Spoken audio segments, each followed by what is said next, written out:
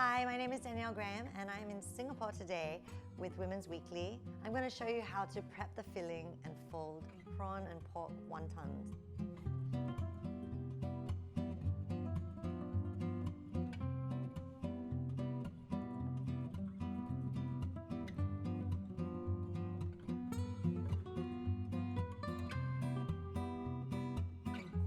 It's important to give it a really good mix so that it's nicely combined. I'm going to just put these out.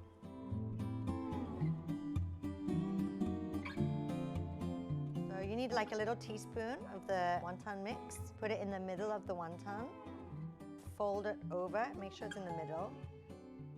Make sure that you've compressed it all in. And then at the edge there, a little bit of water. Butterfly over, seal it like that.